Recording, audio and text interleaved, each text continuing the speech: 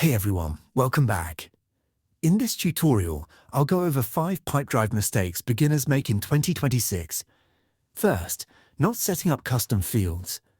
Beginners stick with default fields, which don't capture the data that actually matters for their business. Second, ignoring activities. Deals won't move forward without scheduled calls, emails, or tasks. If you're not using activities, your pipeline goes cold. Third, overcomplicating pipelines. Too many stages or too many pipelines cause confusion. Keep it simple so your team actually uses it. Fourth, skipping automatics. Manual data entry wastes time.